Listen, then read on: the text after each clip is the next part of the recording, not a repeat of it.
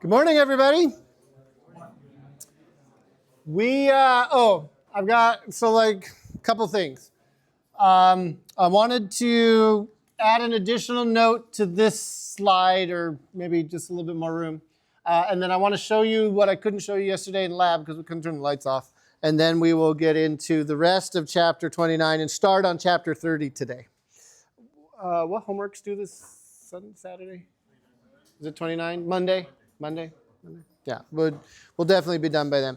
So what we had done together last time is we had gone through some pretty bad math, like cross products and integrals and all that sort of stuff, to get to the punchlines, which were these things in the box. Magnetic field of a loop anywhere on a point along its axis, but more importantly, probably the loop at its center, right? The magnetic field. In addition to that, you can do a section of a circle, like a section of an arc. And what would that look like? It would look a little bit like this, maybe. I usually have to kind of like freehand this, which is always a little bit dicey. But let's say we've got current. It was 290 degrees there. Let's do a section of arc that's like that. There we go. So we got a wire that's like coming in, and then a wire that's going like that, and they both kind of come together at the very center of this thing. And like this thing has a radius, right? And a section of arc. Oh, I put that radius in the wrong spot. I'm really screwing up. Radius right here, and then like an angle that tells us how much of the arc there is, right? So like this could be 90 degrees, it could be 45 degrees, it could be 260 degrees, right? Just a generic angle there. At this point P, right here at the center of that arc, we have three contributions to the magnetic field. We have a contribution from the arc itself, the circular portion, and then we have the two legs that are coming in. But what right-hand rule would we use to like find the direction of the magnetic field for the two straight line segment? Like what's, do we have any solution for like what the magnetic field of a wire is like along its length? We know that if we take, for example, let's say the current's flowing like this, right? We know that this bottom wire has magnetic field that circulates around it, coming out of the screen on top, into the screen at the bottom. That other wire up there, into the screen to the right of it, out of the screen to the left of it. Those magnetic fields aren't doing anything at point P. There's no magnetic field being generated from those straight line segments at point P. They're generating field elsewhere, but along the axis of the wire, it's almost like it's a zero distance from that wire. There's nothing going on there. The only thing that's making magnetic field at the center of that arc is the arc itself. We really only have to worry about this section right here. This section's causing field right there at point P. As a matter of fact, if I take my hand and I do that 2.5 right-hand rule, right? We've got two right-hand rules, handshake and hitchhiker. Hitchhiker is used for finding fields of wires. If it's a straight wire, you use your thumb, but if it's a curve of wire, a section of wire, an arc of wire, a loop of wire, we curl our fingers in the direction of the current, and our thumb points in the direction the field is pointed at the center of that loop. Well, this loop, right, is like a section of a circle here, isn't it? And so I can wrap my fingers around and find that the magnetic field from this loop, right, is going to be pointed inwards, right at that point, okay? I could write that as like negative k half. So I can get the direction just like I would for a loop of wire. It doesn't matter that it's only a section. And these two wires, the current that's coming in, the current that's going out along these straight lines right here, they aren't contributing anything to the magnetic field at that point. because their fields are like wrapping around like this. And yeah, they're doing weird stuff over here, but I don't care about that. All I want to know is what's going on at that point. If that's the case, and you got a setup similar to this, then the magnet, and we're not gonna spend time doing the hairy integral to find it out, okay? It actually comes out to be very, very nice. There's the magnitude. Now, it's critical that theta is in radians when you put this in. So if that were a 90-degree arc, what would you would put in pi over 2? Okay? So let's compare and contrast this result, which is a little bit more general, to say the loop at its center here, right? Mu naught I over 2r. What do we put in if it's a full loop? What's theta going to be for an entire loop? It's going to be 2 pi, right? So the b of our arc, which is now our loop, would be mu naught I over 4 pi r times 2 pi.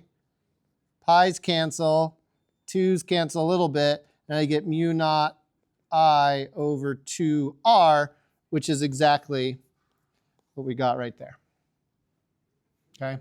So this is a more general form of the loop version, and it works for any amount of arc, right? As long as you've got wires that sort of come straight in towards the center and straight out away from the center, whatever amount of arc you have. You can just throw that angle in radians, and you're done. All right. So that was sort of a finish or a follow-up to what was going on there. Let's go to the next topic. All right. And before I get to that next topic, again, I wanted you to see this. But in order to do this, I do have to turn off the lights. So let's see how well we can see what's going on here.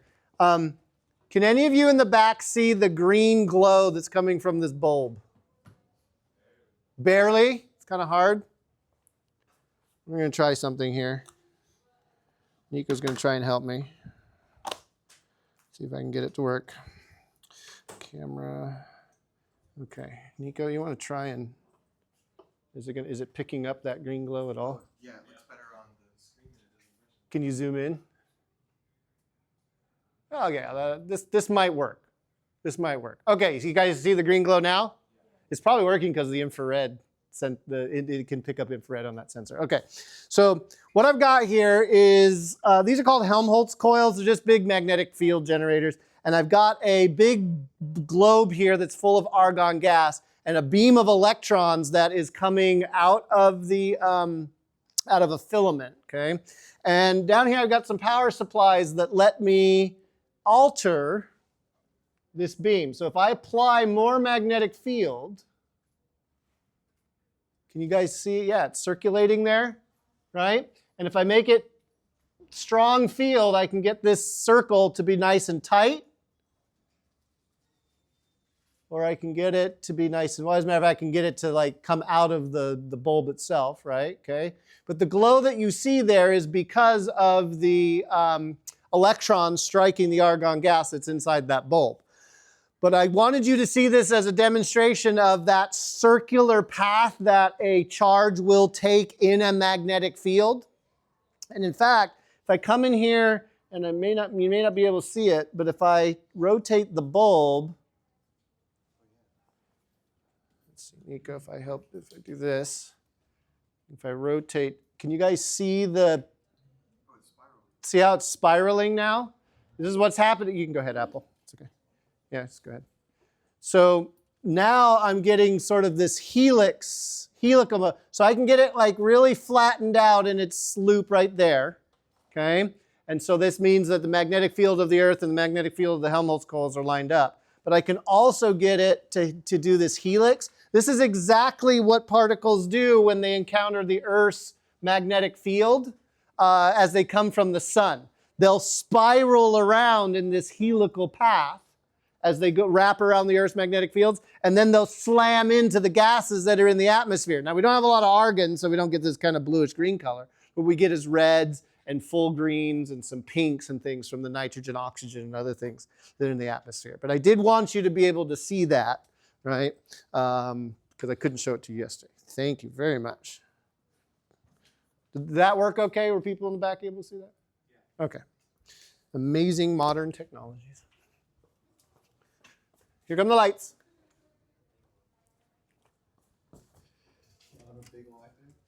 Right? It's big viewfinder.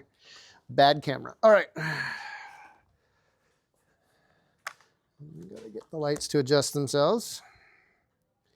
Are we back? Are we back? We might be back. Let's see if it blanks itself out, because I'm pretty sure it's gonna want to. Okay. This is going to be an example of like several right-hand rules and applying everything we know so far. Let's do a situation where we have, and I didn't draw it, of course not. Let's put a wire that's carrying current I upwards. And right next to it, we're going to put another wire with exactly the same current also flowing in the same direction. What's going to happen? Like, what do you know so far now about these current carrying wires? They're parallel. There's going to be magnetic fields, right? So we better, how are we going to keep track of this? Let's see here. In red, let's do the magnetic field of the wire on the right. Okay? So what is how do we find the direction of the magnetic field for a straight wire? The hitchhiker rule, okay? Now, do our finger, my finger, thumb, which one which? Thumb for current, how do you know? Straight wire, right? Straight thumb, straight wire. Okay, so my thumb is pointing upwards along the wire, and then my fingers wrap around the wire. And so on the right-hand side of that wire, what direction is the magnetic field going? It's going into the page. So on this side, I've got field going into the page. And then it's like everywhere, right? Like it spreads out and gets weaker as it gets away from the wire. And then as my fingers wrap around and come around the other side of the wire, which way is the magnetic field pointing? So it's pointing out of the page. Something like that, right? Okay? All right. What happens to the wire on the left? Let's not worry about the left-hand wire's magnetic field just yet. What do you know about current-carrying wires in magnetic fields? They experience forces. So how do we find the force on the left-hand wire? Which right-hand rule? Not the hitchhiker rule. The handshake rule. Because we're asking now about force, we want to use the handshake rule. So I didn't draw it everywhere, but is there field pointing out of the screen everywhere on the left-hand side of the right-hand wire? This is getting confusing. Yes. So handshake. Directly upwards. Do what with my wrist? Rotate my wrist around so that my fingers can come out of the screen. And then what direction will the force be? It will be to the right. So the force on the left-hand wire will be towards the right-hand wire because the right-hand wire is making a magnetic field. And the left-hand wire has a current. And by the Lorentz force law, that means that it will feel a force, and it turns out in this case that force will be directly towards the other wire. Okay, let's reverse it. Now we look at the left-hand wire. What is the left-hand wire making because it has current? A magnetic field. What direction is that magnetic field pointing? On the right-hand side of the left-hand wire. Into the page, right? So I'll do this one in blue, okay? Now, interestingly enough, because the wires have the same current in them, The field between the wires will add up to 0. Okay, great. On the left-hand side of the left-hand wire, we got field pointing out. But that means that the right-hand wire experiences an inwards pointing magnetic field from the left-hand wire. So that means it's going to experience a force. And how do I find the direction of that force? Right-hand rule. Which one? Handshake. Shake in the direction of the current. Rotate wrist so that fingers can bend into the screen. And my thumb ends up pointing which way? To the left. Those two forces will be what? The same. How do you know they're the same? Okay, equal. What? Oh, same current. Yeah, but there's another more fundamental reason. Even if they were different currents, it would still be the same force. No? More simple. More fundamental. Huh? No? You're not thinking 4A enough. Newton's third law. Two objects are interacting. One force is applying a force to the right. One object's applying a force to the other. So what do the forces have to be? Equal and opposite. I happen to make the currents the same, so the magnetic fields would cancel out in the middle, but that doesn't matter, right? They could be different, and you still experience the same force because two objects interacting with each other. Okay.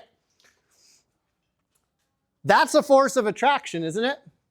What if we flip the direction of one of those currents? What do you think might happen? They would push away, right? So when two current-carrying wires are next to each other, they will feel a force that pulls them together. When two current-carrying wires have opposite currents, they will feel forces that will push them apart. So there's quite a bit going on here that I want to kind of get into, but the first thing I think I want to do is show you a video of this in action, because it's not a subtle force. Like a lot of these magnetic forces we've run into, it's quite strong. So let's see. Yeah. Trying a new way here to see if it works. I'm not hearing any sound. So the answer is that it didn't work. So I will narrate. Okay. So she looks like she's enjoying her job, right?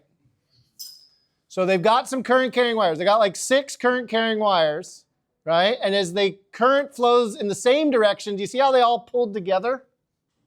Right?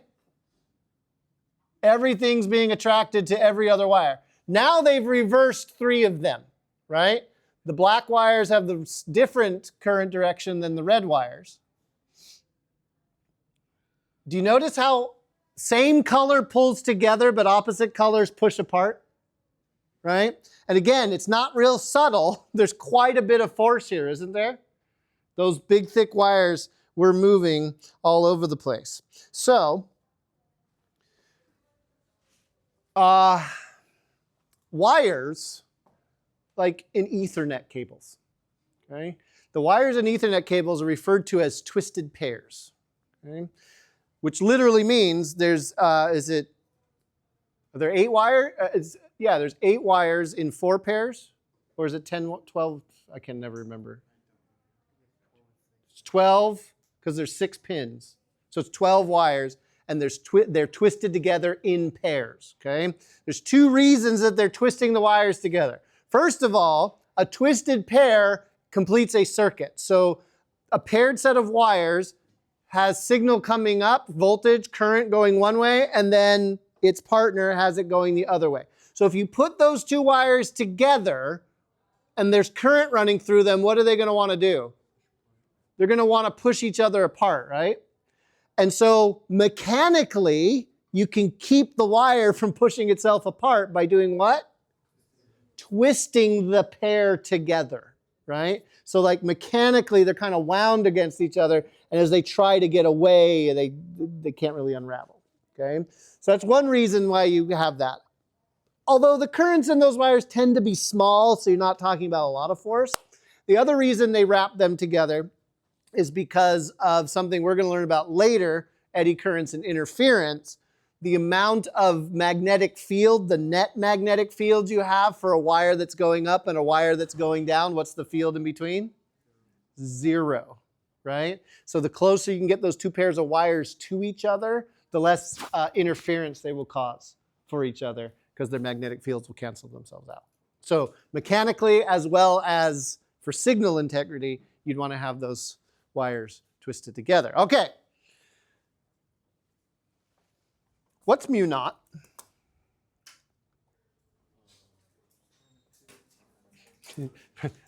Permeability of free space, I think. Yeah. It's either permittivity or permeability. I think it's permeability.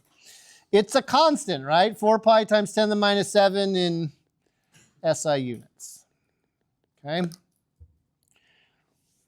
I hinted that there was something kind of strange and wonderful and fishy going on with this number. Because as a constant of the universe, like a fundamental constant that sets the strength of the magnetic field, every other fundamental constant you've run into, charge on the electron, big G, the permittivity of free space that sets the strength of the electric field, all of those have significant digits, like a limit to what we've been able to measure to based on our instrumentation and our understanding of the theory behind it. That one is exact for every significant digit you could ever want. Right? Notice how it's written as 4 pi. It's not written as 1.2. What's 4 times pi? It's 12 point something, isn't it? 12 and pi. What?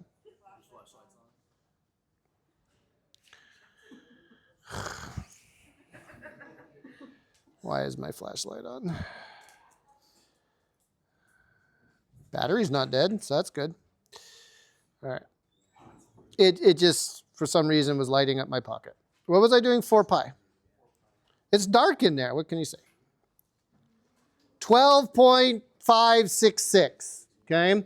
So we could have written this as 12.56637 ... times 10 to the minus 7, right? I usually, if I'm doing it in my calculator, I usually write this as 12.6 times 10 to the minus 7. There's supposed to be a dot in there, okay? So that's usually how I enter mu naught if I'm having to do it in my calculator. But in reality, it's 4 pi, right? It's got an infinite number of digits. What the heck is going on? And why am I talking about it in the context of two wires that have current going in the same direction near each other? The force, you can derive the force. I'm not going to derive it, but the force between, the magnetic force between these two wires, the force per length. So this isn't the actual force. It's like a Newton per meter of wire. So you don't actually have to have a meter of wire, but you can. It's just, this is the force along the length of the wire. It's a ratio. Is equal to mu naught times the current in the first wire times the current in the second wire divided by 2 pi a, where a is the distance of separation between the wires. So the force per unit length increases with current, make the current bigger, the force per unit length goes up. It increases the closer we get the two wires to each other, okay? In other words, if A gets smaller, then the force per unit length goes up.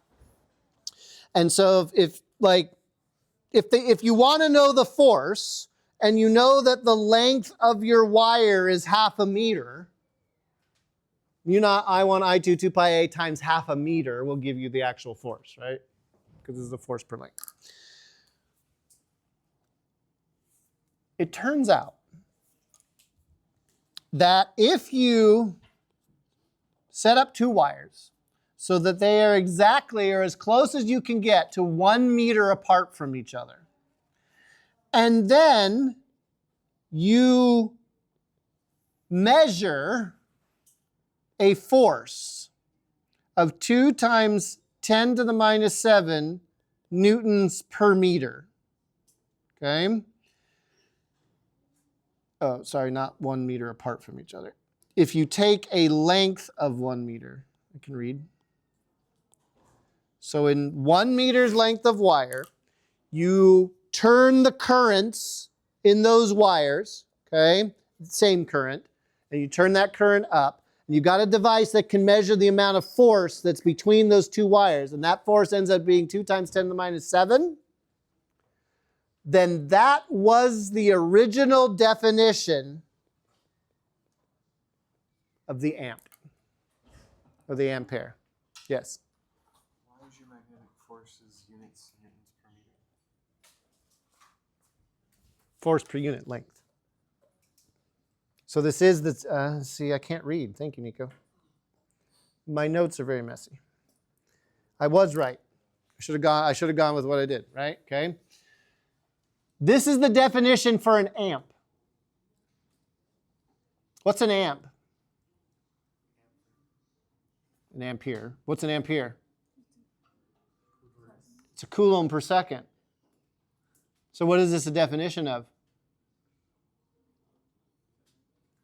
The value for charge. How do we know that an electron has 1.6 times 10 to the minus 19 coulombs worth of charge on it? And why does mu naught equal to 4 pi times 10 to the minus 7? Because we chose the magnetic force to be 2 times 10 to the minus 7 newtons per meter. When you do that, you get a mu naught value of 4 pi times it. In other words, it's not so much of a trick or a mystery, oogie boogie, the universe is out to get us. Boy, this is exact. It's the fact that any unit system is a definition by humans of a way to count. Like, how do we know that a meter's a meter? We used to take the distance from the equator to the North Pole on a line running through Paris, France. Yes, that was a part of the definition. Okay? Take that distance, divide by, I think it was 10 million, 1 million, 10 million, and you've got this thing. Okay? This is 1/10,000,000th the distance between the equator and the North Pole. Okay? On a line running through Paris, France. Nowadays, we don't care if it's Paris or not. Okay? We define the length of a meter by the inverse of the speed of light. So this distance right here is the distance light travels in 1 over the speed of light's time. Okay? So metrology, or the science of measurement, is all about defining unit systems, and you've got to start somewhere. Where we started long ago was with electrical currents. The kilogram used to be, here's an alloy of iridium and platinum. It's this big, and we say this is a kilogram, and then we just sort of weigh everything else compared to that thing, right? And that thing used to sit in the Paris Academy of Sciences. Paris was big back in the 1700s, and they were doing all this stuff, right? And they made a replica of that thing, like as exact a copy as they could, and shipped that one to America. And they made another replica, shipped it to Great Britain. And so the different countries all had a standard by which they could compare how much their tea weighed. And so in America, we knew exactly how much we threw overboard and all that, whatever, right? So the pound has always been defined against that. Well, sort of. I mean, before that, everything was based on the king. But a pound and ounces. Like nowadays, here's the trick. America is already on the metric system. What's an inch? It's 2.54 centimeters. Like, what's a pound? It's so many kilograms. Like, it's all of our units are defined by the metric equivalent. We don't have, in the imperial or US system of units, we do not have a standard. It's because we've adopted the metric standard. So why even have an imperial system of units at all? Unions are powerful, is the answer. We'll go there. We'll get political here, okay? Before you were born, back in the 1960s and 70s, there was a movement, 50s, 60s, and 70s really, to get America off of imperial units onto the metric system. Two things happened. Number one, a lot of mileage signs in the United States were printed like on the roads, on the highways. They were printed in distance in miles, like go to Bakersfield, distance in miles, and then distance in kilometers. And what happened to those is that a lot of bullet holes showed up on the kilometer side, okay? The other thing that happened was the unions representing a lot of the people that worked in technical fields, like woodworking, metalworking, construction, all that kind of stuff, they lobbied really hard to stay on the system of, what is it, would they do 8, 16ths, 32nds, 64ths? It's actually a really handy system when you are working with like everyday shapes of like houses and cars and whatever, right? Where the fractional system falls apart is when you try to measure very fast or very small or very big or something like that, right? And it's also tied in with, back in the day, it was really hard to get drafting done at any kind of consistent scale. And so you had these standardized scales. Nowadays, we can do everything in the computer. And really, I think if we tried to do it again, well, in this political climate, you try to do anything and it just all blows up. But like, if we finally get back to a not so polarized way of doing things in the United States, I think nowadays people would agree on basically two things, right? Changing the clocks is dumb. This is my platform, by the way, okay? I'm not running for office, but this is my platform. Changing the clocks is dumb. It just is. I also think time zones are dumb. People might fight me on that one, right? But I just think it should be 12 o'clock somewhere, and the rest of us get used to the idea of morning being at 5 p.m., right? Whatever, okay? But changing the clocks is dumb. We don't need it anymore. And we just need to use the metric system in the United States. Again, people might fight me on that one, but you know what? Too bad. If you don't like it, you can go somewhere else. Oh, you can't because everywhere else uses the metric system. All right. So the mystery of the 4 pi times 10 to the minus 7 comes back to, well, humans did it, right? It's because this is kind of where we started with our modern system of units. And although we don't define the amp that way anymore, the mathematics stayed, because if we try to redefine some of these things, then we have to go back and redefine what a meter is and a kilogram and all that kind of stuff. It's actually only recently, with like in the last 10 years, that we defined the kilogram in terms of a fundamental constant of nature instead of as a lump of platinum iridium alloy. Because the lump of platinum iridium alloy has been decaying over time and has been losing mass just from atoms coming off of it and all that kind of stuff. So yeah, again, don't base a system of measurement on something that changes. All right, so we did that. Are we in chapter 30 now? No. Okay, Oh, you'll know when we hit chapter 30 because I'm going to get really excited. We're still finishing up chapter 29 here. I hate to bring up sore subjects, okay? But since I've already gone politics today, we might as well just keep going, right? Gauss's law? Yeah, there was a reaction there, okay? I won't ask you if you remember Gauss's law because, well, quite frankly, you probably don't want to, okay? But we have a version of Gauss's law for magnetic fields, and it's called Ampere's law. Now, we're building to something right now, okay? And I'll show you what we're going to build to in a minute, 10 minutes. But let's try to remember a little bit about what Gauss's law did for us. So there was an idea at the heart of Gauss's law that was really, really important. Remember what it was called? Flux, okay? It was this idea of capturing like how much of the electric field passed through a surface, okay? We use that idea of flux to avoid doing nasty integrals. Like if we could make the flux integral really easy, then and if all we needed to know was the charge enclosed, we could find the electric field. That was kind of Gauss's law in a nutshell. And it is very difficult sometimes to employ that, but at its essence, Gauss's law is this wonderful shortcut for finding out what's going on. Ampere's law does the same thing, but for magnetic fields. And so why do you need a whole new law with a whole new guy's name? Well, that comes down to the fact that Gauss's law, do it here on the board.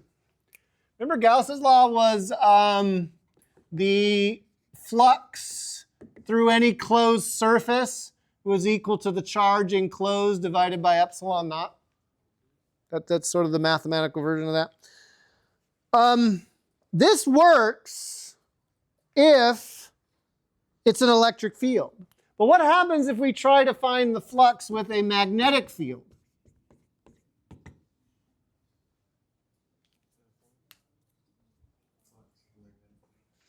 So I just wrote magnetic flux on the board, the integral of B dot dA, right? Where dA, and it's a closed surface integral because of that circle that's in it, right? So we got this closed surface. Think about a sphere. Like wrap a Gaussian surface around a bar magnet, okay?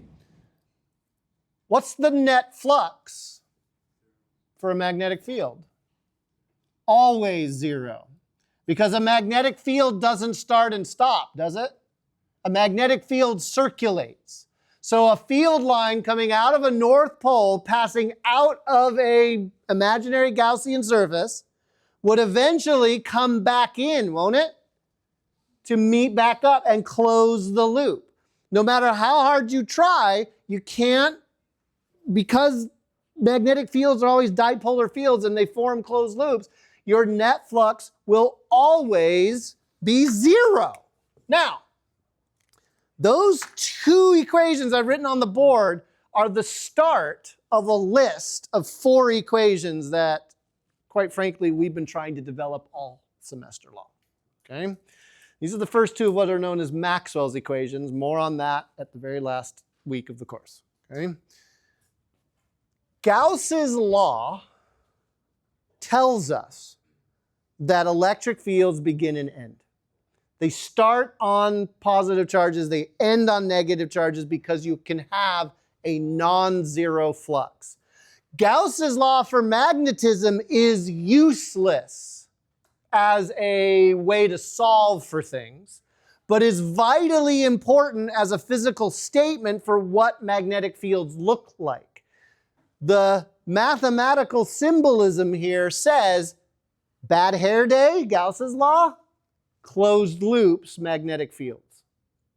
So these are fundamental statements and form 2 out of the 4 fundamental laws of electricity and magnetism that we've been trying to get you to learn all semester long. What Ampere's law does, and we could add it to the list up here, okay, it's the 3rd of Maxwell's equations, okay, is it tries to do the same thing that Gauss's law does, but for magnetic fields. Because we know the magnetic flux is always going to be 0, instead, we are going to do a line integral. This ds that's sitting in here means let's integrate the magnetic field all the way around a loop. Just take and it's called an Amperian loop. It's not a physical loop, it's a mathematical construct. But instead of like a 2-dimensional surface, it's a 1-dimensional, say, circle, like around a wire, okay? If we can do that, then the value of this integral over here only depends on the amount of current that's enclosed by that loop. And like Gauss's law, you don't do the integral you do see, and you sometimes do the integral you don't see. And you're like, why would I ever have to integrate a current? What happens if you're inside a wire? Yeah, you don't get all the current. and the magnetic field inside of a wire. Very important to know for anybody that's doing signals, internet communications, any of that kind of stuff, okay? It's important to know what the fields are doing inside of your conductors in dynamic situations. You can find it if you can find the current that's enclosed inside of your Amperian loop. It's very powerful. We'll do some examples, but I wanted to give you that kind of overview. Ampere's law is a different law because it's not talking about flux, but it does the same thing that Gauss's law does, in that it gives us a way to avoid having to do the Biot-Savart law, all those nasty cross-producty things, right? And allows us very quickly to get straight to the magnetic field. So let me see if I can't demonstrate this by, let's find something we already know. Let's find the magnetic field of a wire. What was the magnetic field of a wire? You guys remember? Current carrying wire? U naught I over 2 pi r? Was that it? R being the distance away. I might have used A in my notes. Is that it? 2 pi A. R, A. We'll use R. Okay, it's just a symbol. So, I'm going to try and draw something in pseudo 3 dimensions here. So here's a wire. It's got current flowing along like that.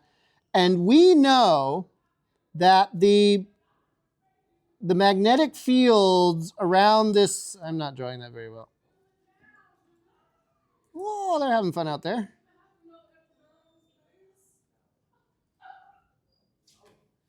Did she say epidural? I'm not sure I wanted to know that. Okay, so I don't know if you can tell there, but I tried to draw the magnetic fields around that current carrying wire.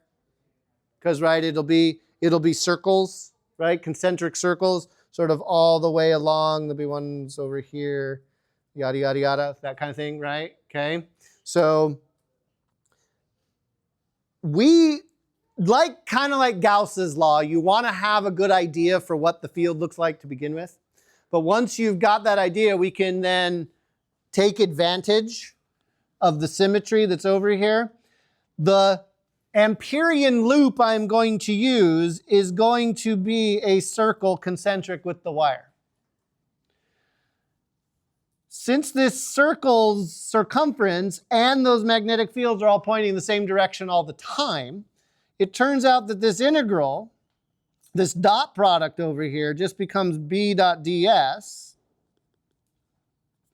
And then that magnetic field is constant over that. And so what's the integral, a line integral, if I go all the way around a circle? How far do I go? What's the length of a circle? It's the circumference of a circle, right?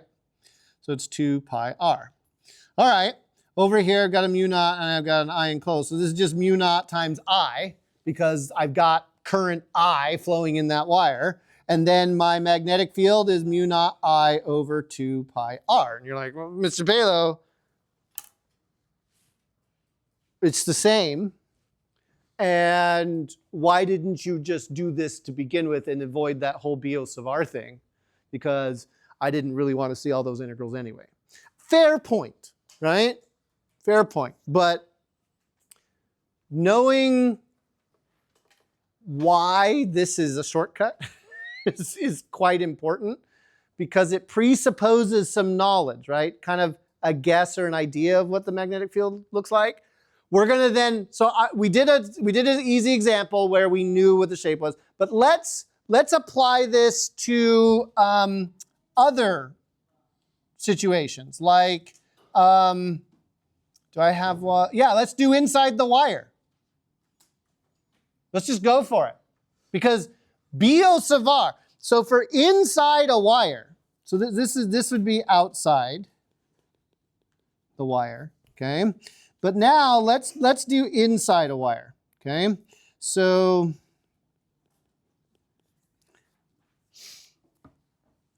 I'm going to draw, here's my wire. Big, thick wire, okay? And of course, you know, it's a solid. It's filled with stuff. I'm going to get rid of that because that's just going to get. What'd you do that for? Oh, go away. Bless you. And we're going to find the magnetic field at some distance r from the center of that wire. If we were to try to do that using Biot-Savart, the full integral cross product-y stuff, we would have to find all of those like integrals from all of those vectors from all the contributions of currents everywhere. Inside, outside, around that point, it would be a mess. It's like nested integrals within integrals. It's a bad day. Let's use Ampere's law, which tells us that if we can get a little bit clever about what's going on, we can figure this out. Okay, so this side is almost always just going to end up being B times length of your Amperian loop. Since I'm using a circle, it's just, again, it's 2 pi r. If I was using a square, it would be 4 times the length of the side of the square, right? It's just whatever your shape is over there. We'll get to squares later. Okay, that leaves I enclosed, doesn't it? So how do I find, like if I naught is the total current in this wire, and it's uniform, let's just say it's uniform. How do I find how much current is inside my Amperian loop? I mean, you could integrate. You would have to integrate if it was non-uniform. Like if the current density was a function of the distance from the center of the wire or something, you would have to integrate. Yeah, we can just form a ratio. The amount of current enclosed compared to the total current is just going to be a function of the area, because current density, being current divided by, is just going to be the area versus the area of my Amperian loop part divided by the area of my total wire. Why am I using area? Current is the amount of charge flowing through a cross-sectional area of a wire per second, right? You have to define some sort of like, this is how big my wire is, this is how much charge is going through it, right? You can have more current in bigger diameter wires because there's just more cross-sectional area, more charge flowing down it. So that's why we're using the ratio of the areas right there. But if we just use that ratio there, we can solve for the I enclosed. It's going to be the ratio of the radii squared times the original current. Again, this is for uniform current. If it were non-uniform or variable, then we would have to integrate. So that means I can come over here and write mu naught times my r squared over r squared I naught. And one of these r's cancels. The little r's. So what does that leave me with? Inside of a wire of uniform current, I would get mu naught times the current in the wire all over 2 pi big R squared R. So let's check the result that we got here. What is this telling us? When we're at the very center of the wire, when R equals 0, what does that equation tell us about the magnetic field? It's 0. Do we expect the magnetic field at the very center of a wire where there's no current flowing to be 0? Yes, right? You kind of take up all the different magnetic fields from all the current around it, and we would expect that it would all cancel out, okay? And then as we go out from that center, it increases linearly, like there's no squared component there.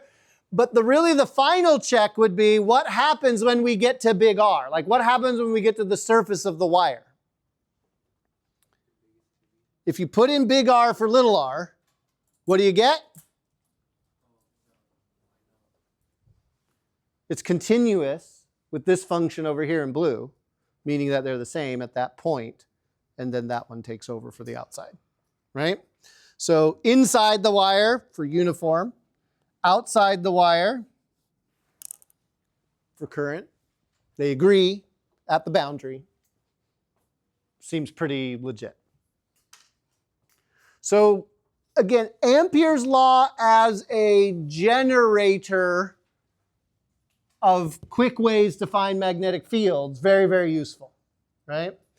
Gauss's law for magnetism, not useful at all in a mathematical plug and chug, gets anything done sense, because it's like everything equals zero, yay. It basically says that magnetic fields are closed loops.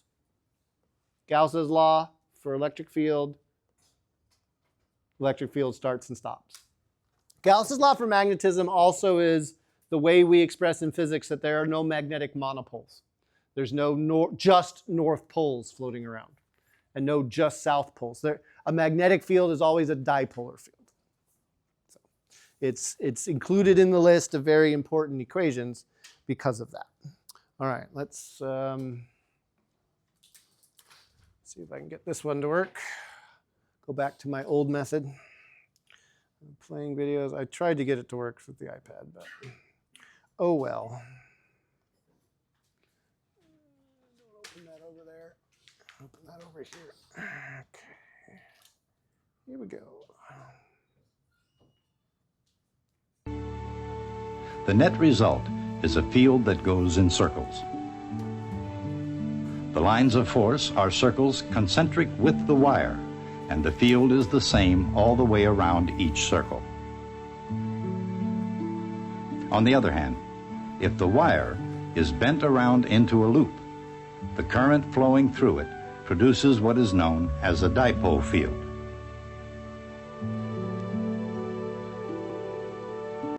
And so that looks like a magnetic field, doesn't it? So wires can make circles around straight wires, but if you take those wires and bend them around, they make bar magnety fields, right? I think I got ahead of myself there. Where's my, here it is. The one I really wanted to show you. We'll get back to that one in a second. Ampere's law, here we go. The current in a straight wire creates circles of constant magnetic field.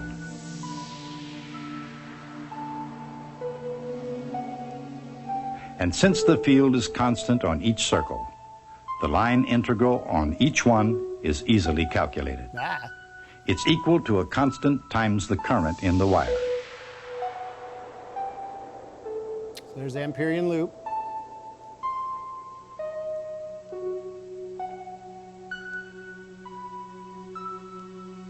The result is the same for any circle around the wire, and for that matter, for any path around the wire. Watch this. Any size circle. The line integral of the magnetic field around any closed path is always equal Any to shape. mu naught times the total current that threads through the path. This is called Ampere's law, and it's one of the fundamental equations of magnetism. Ampere's law, right? Ampere on this side of the Atlantic. Did you notice that squiggly one? So it turns out that this dot product that's in there will always pick off the component that's parallel to the magnetic field, or the magnetic field components that are parallel to your path, and that those will always add up to that circumference of that thing, which even for a squiggly path would still be a circle. Kind of fun. So when it comes to forming larger and larger structures of wires and things, I already showed you that video, right, where if you take a straight wire and bend it around, it makes a bar magnet field, that sort of dipolar north and south field. We can take that and stretch it out, okay? And if we stretch it out like this,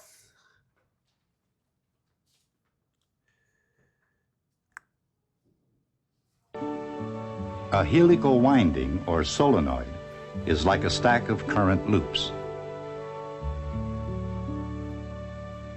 It creates a field much like that of a bar magnet. Why does this look like a bar magnet?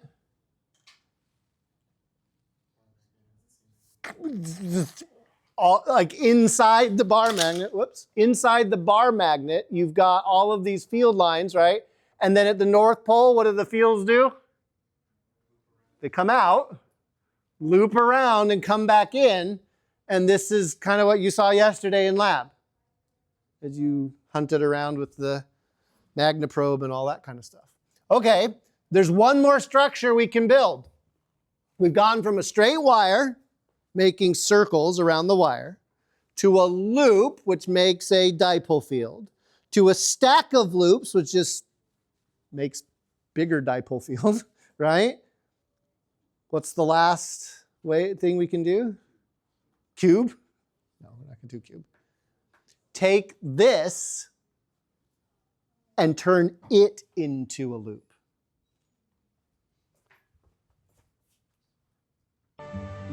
If the solenoid is bent around into a circle, the donut it forms is called a toroid.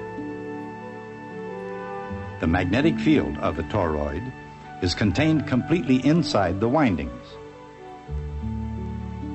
There are no field lines outside at all. Why would you want to do that?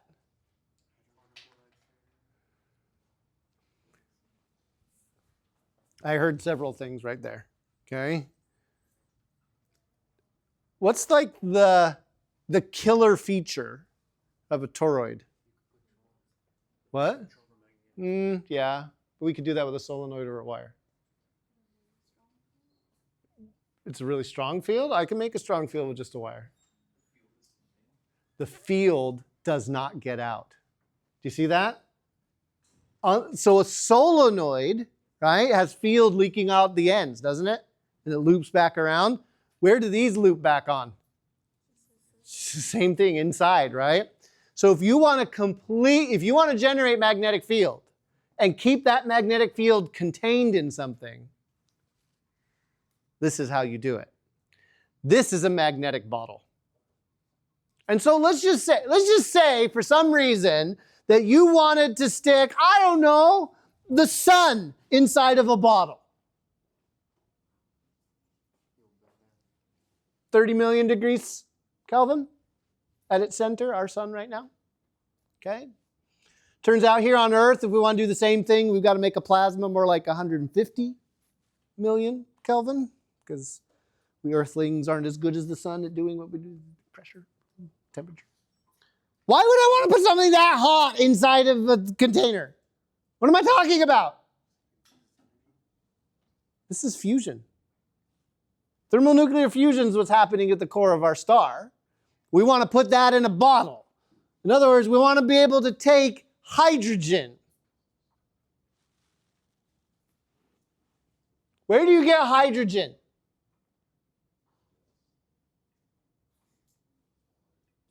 The answer is everywhere. Like,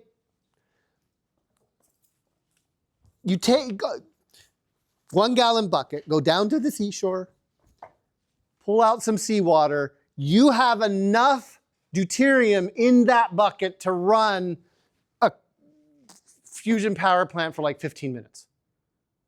It costs like cents per gallon to extract that kind of deuterium hydrogen isotope that you need to make it work, okay?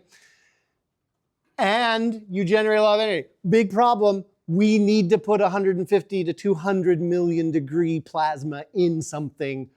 Tungsten on the periodic table, where's W? Right there, 74, okay? Has a highest melting temperature of any element. It melts around 3,500 Kelvin Celsius, something like that, okay? Some alloys can push that up to maybe 4,000, 4,200, right? We are several orders of magnitude away from what we have to be able to do to make fusion work. So you can't make materials that contain the sun, but you can make magnetic fields that can contain the sun. And I think the world record right now is pushing about 2 minutes of stable plasma inside of a magnetic bottle, meaning that you're getting more energy out than you're putting in for that 2 minutes. That just happened this year, didn't Yeah, yeah. And it's going to keep accelerating until we finally fix the energy problem. So this is like where we're going. like you are learning the basic building blocks of how to do that, which is pretty incredible. So let's just get some of this down so that we make sure that we can like apply it and all that kind of, I really want to get to chapter 3. You can't see anything? Of course not. It's because it's technology. And technology is a problem. No, it's because I probably just didn't go back. There we go. There we go. Thank you. So how do we do Ampere's law but for a solenoid? So I have a solenoid here.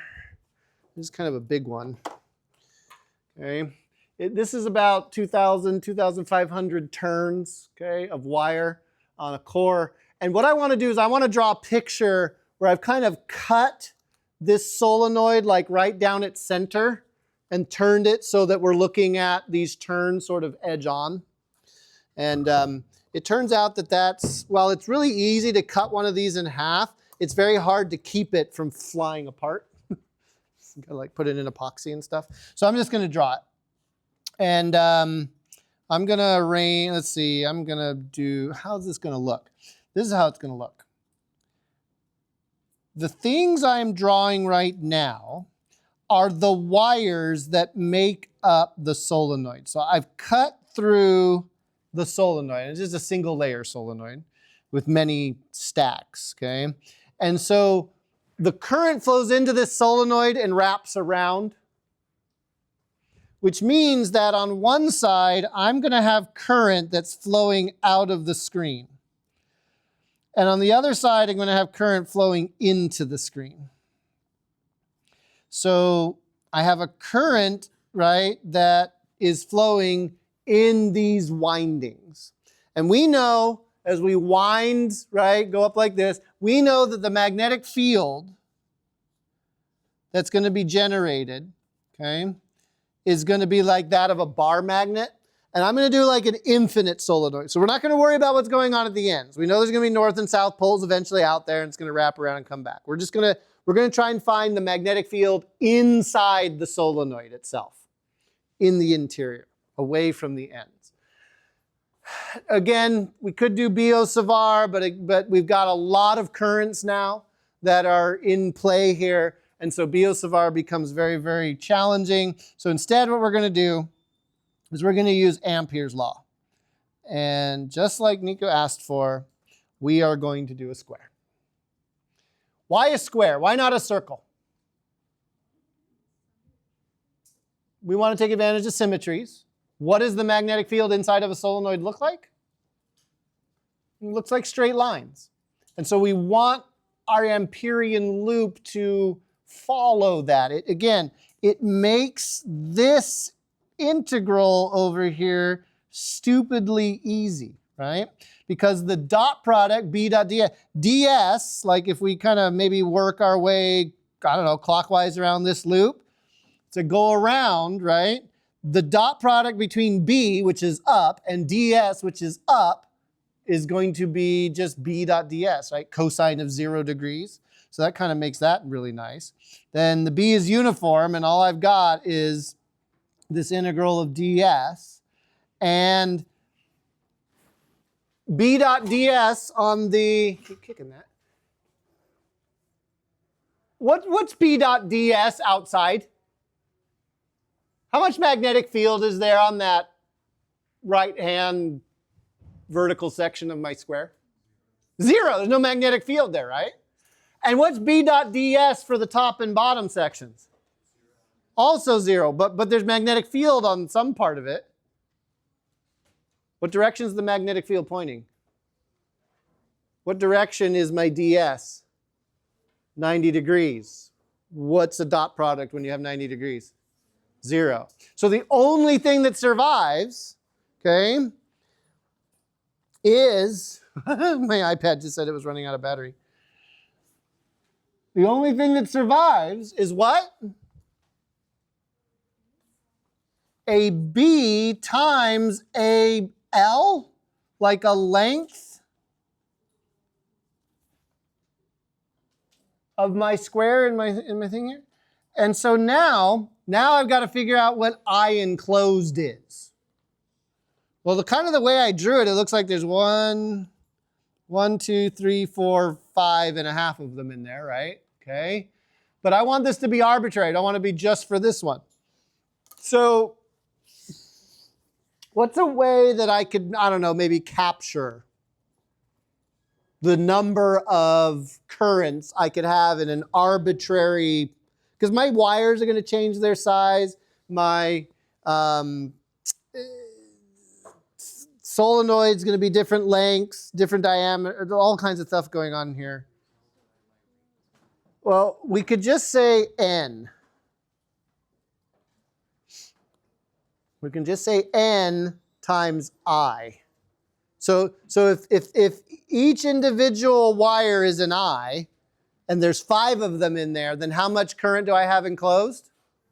5 of those currents, right? And if I have a bigger Amperian loop, it would be 10. And if I had an Amperian loop that's got N of them inside, then it's just N times the current that I've got, right, in my wire. And so now the magnetic field of my solenoid is going to be mu naught N over L times I. Physicists don't like fractions, so we're going to write a new letter, a curly script, sort of italics N.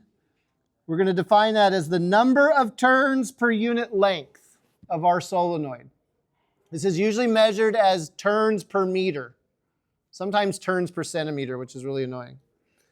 Which means that the magnetic field of a solenoid is just mu naught times curly script N times I, where I is the current in that solenoid. In order to find the direction of magnetic field in that solenoid, you take your fingers, you wrap them around in the direction the current's flowing. This is the hitchhiker right-hand rule. And your thumb gives you the direction inside the solenoid for the way the magnetic field is pointing. So Ampere's law, much easier to derive the equation for a solenoid than it is to use the Biot-Savart law. Not going to give you the equations for toroids. They're pretty hairy and complicated and interesting and all that kind of stuff, but we're just not going to ask you. But the next time you have any piece of electronic equipment open, look for the toruses. They're in there, especially if there's any kind of mechanism for voltage regulation. Anybody who's looked at a motherboard, you'll see one of these coils on there. The reason that they've got a coil is because it's an inductor. We'll learn about inductors in AC circuits. It helps to stabilize voltages. But the reason they wrap it around in a toroid shape is to keep the magnetic field from that solenoid attacking other parts of your computer, which would be a bad day for a computer. I'm going to stop there because my iPad's dying.